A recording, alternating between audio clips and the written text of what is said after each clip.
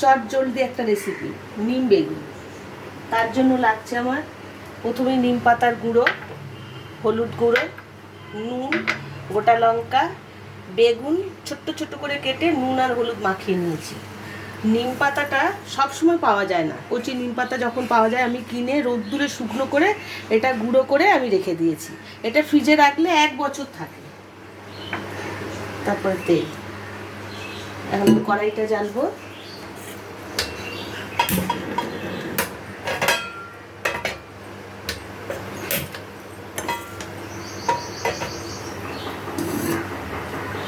তেল দেব, অল্প তেল দিলাম।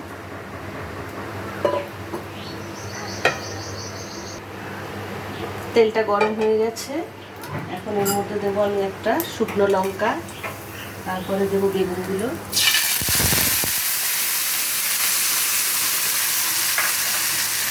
এর মধ্যে দেবো সামান্য নুন, হলুদ মাখা আছে।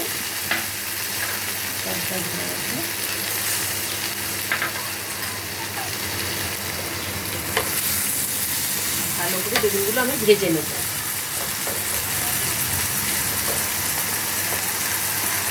ভাজা ভাজা হয়ে গেছে বেগুনগুলো, এবার আমি নিম পাতার গুঁড়োটা উপর থেকে ছড়িয়ে দেব।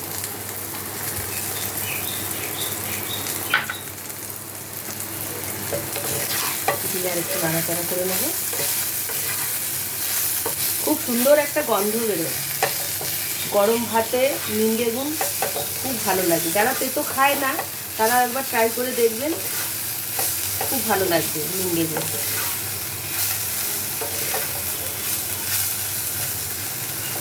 হয়ে গেছে আমার নিম বেগুন রেডি।